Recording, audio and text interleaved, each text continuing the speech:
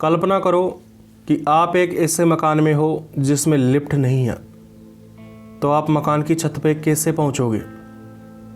इसका सीधा सा जवाब बिना सोचे समझे ही हमारे दिमाग में आ जाता है कि हम सीढ़ियों का प्रयोग करेंगे और मकान की छत पे पहुंच जाएंगे।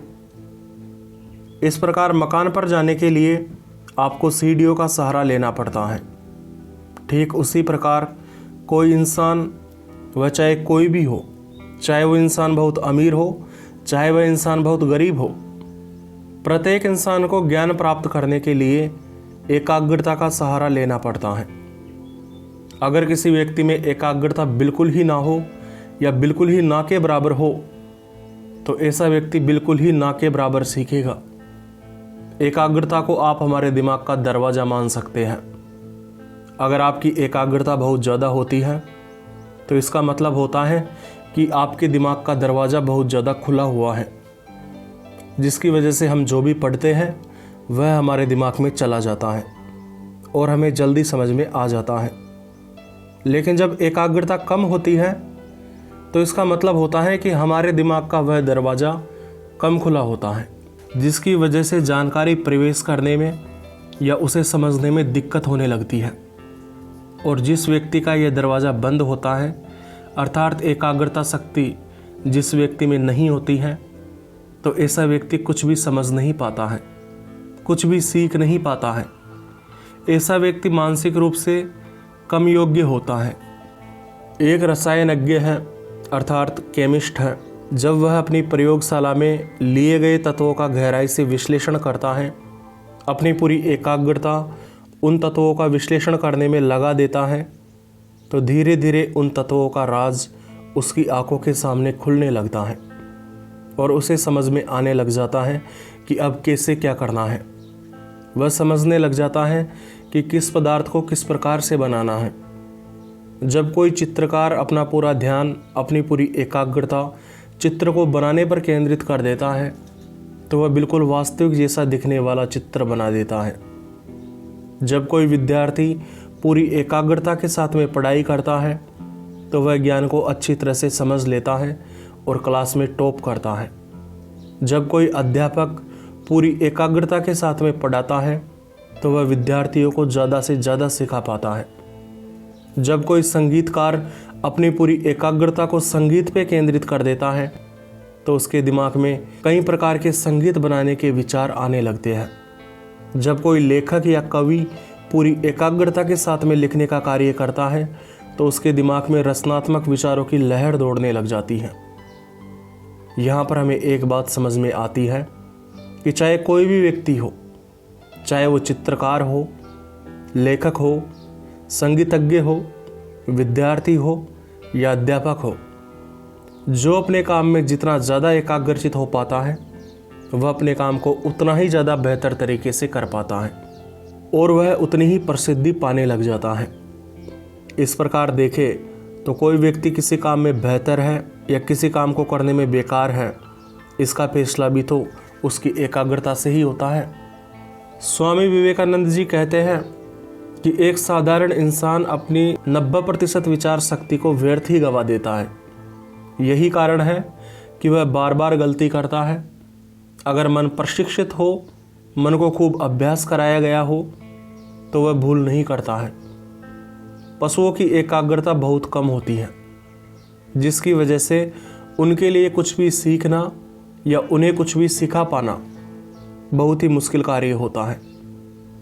और जो व्यक्ति पशुओं को ट्रेनिंग देते हैं, वे इस बात को अच्छी तरह जानते हैं कि पशुओं को बार बार सिखाया जाता है और वे बार बार भूल जाते हैं। जब आप किसी होशियार व्यक्ति और कमज़ोर व्यक्ति में फ़र्क देखेंगे, तो आपको मुख्य फ़र्क उनकी एकाग्रता का ही नज़र आएगा। सोचो, एक कमरा है जिसमें ज्ञान भरा हुआ है और उस कमरे से ज्ञान प्राप्त करने की आवश्यक शर्त यह है कि आप उस कमरे के दरवाजे को अच्छी तरह खटखटाएं। तो ऐसी स्थिति में आपके दरवाजे को खटखटाने की क्षमता आपकी एकाग्रता कहलाएगी। जो व्यक्ति अपनी एकाग्रता को जिस चीज़ पे केंद्रित कर देता है या जिस क्षेत्र पे केंद्रित कर देता है, वह उस चीज़ या उस क्षेत्र में निपुण बनता जाता है। पश्चिमी देशों ने अपनी एकाग्रता को भौतिक चीज़ों पे केंद्रित किया, जिसकी वजह से वे भौतिक रूप से समृद्धशाली बन गए। भारतीय ऋषियों ने अपनी एकाग्रता की शक्ति को आध्यात्म की ओर केंद्रित किया, जिसकी वजह से भारतीय आध्यात्मिक रूप से समृद्धिशाली बनते गए, जिसकी वजह से योग शास्त्र जैसे महान ज्ञान की खोज हुई। आप ऐसा मान सकते हैं कि दुनिया का प्रत्येक क्षेत्र एक ज्ञान का कमरा है जो आपको ज्ञान प्रदान करने के लिए तैयार है, लेकिन उस कमरे का दरवाज़ा तो आपको ही खटखटाना होगा।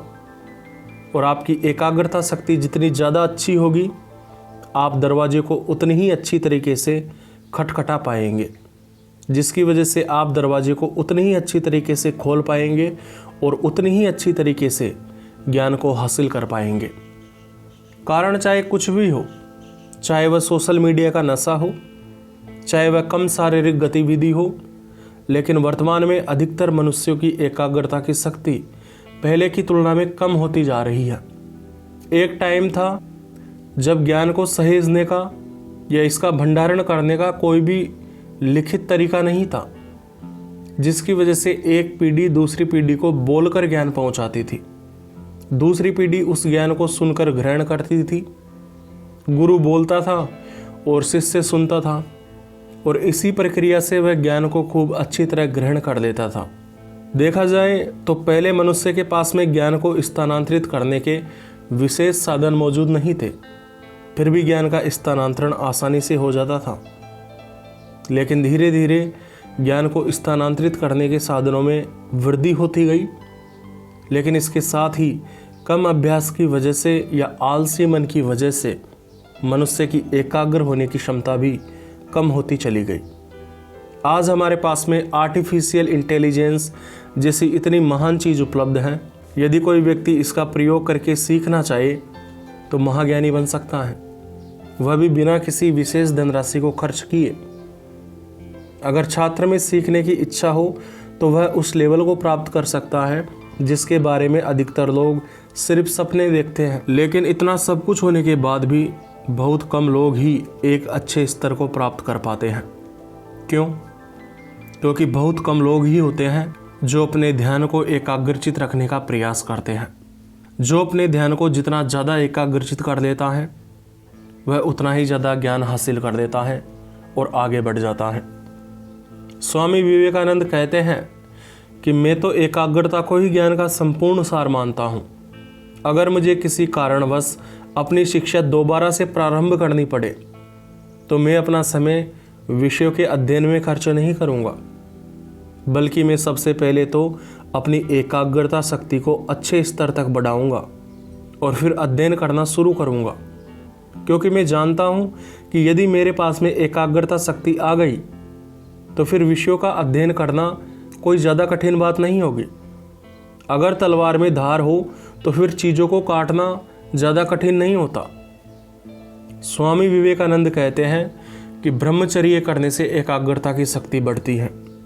अगर कोई व्यक्ति 12 सालों तक अखंड ब्रह्मचर्य का पालन कर ले तो उस व्यक्ति की एकाग्रता शक्ति इतनी ज़्यादा बढ़ जाती है कि जब वह किसी चीज़ को समझने की कोशिश करता है तो वह उसे एक बार में ही समझ जाता है या एक बार में ही याद कर लेता है। जो व्यक्ति अपनी वासनाओं अर्थात अपनी बुरी इच्छाओं को अपने नियंत्रण में ले लेता है, अपनी काम शक्ति को अपने नियंत्रण में ले लेता है, ऐसा व्यक्ति एकाग्रता को प्राप्त कर लेता है।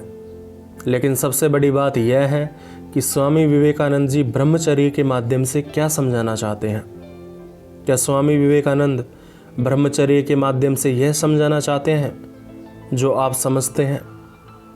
अधिकतर व्यक्ति सोचते हैं कि ब्रह्मचर्य का मतलब केवल अपनी काम शक्ति को नियंत्रण में कर लेना होता है या वीर्य की रक्षा कर लेना होता है, लेकिन यह पूर्ण ब्रह्मचर्य नहीं होता है। सही ब्रह्मचर्य का मतलब होता है कि मन से, वचन से तथा कर्म से हमेशा पवित्र रहने का कार्य करें। अगर आप किसी के बारे में भी खराब सोचते हैं तो इससे भी आपका ब्रह्मचर्य खत्म हो जाता है। मनुष्य केवल कर्म से ही पवित्र नहीं होना चाहिए, बल्कि अपने मन से तथा अपनी वाणी से भी पवित्र होना चाहिए। एक मनुष्य को ब्रह्मचर्य का पालन करने के लिए अच्छे विचारों को ज़्यादा से ज़्यादा सोचना होगा और बुरे विचारों का निष्कासन करना होगा। एक व्यक्ति को ब्रह्मचर्य का पालन करने के लिए अच्छे शब्दों को बोलना होगा, अच्छी वाणी का प्रयोग करना होगा और बुरी वाणी का त्याग करना होगा। एक व्यक्ति को ब्रह्मचर्य का पालन करने के लिए अच्छे कर्मों को अपनाना होगा और बुरे कर्मों का त्याग करना होगा। लेकिन अधिकतर व्यक्ति केवल सेक्स न करने को ही ब्रह्मचर्य समझ लेते हैं, जो कि सच नहीं है। हाँ, मैं मानता हूँ कि वो भी ब्रह्मचर्य का एक हिस्सा होता है, लेकिन पूर्ण रूप से ब्रह्मचर्य नहीं कहलाता है। सोचो, आपके पास में दूध है, लेकिन दूध के अलावा कुछ भी नहीं है, तो क्या आप इससे मिठाई बना सकते हैं?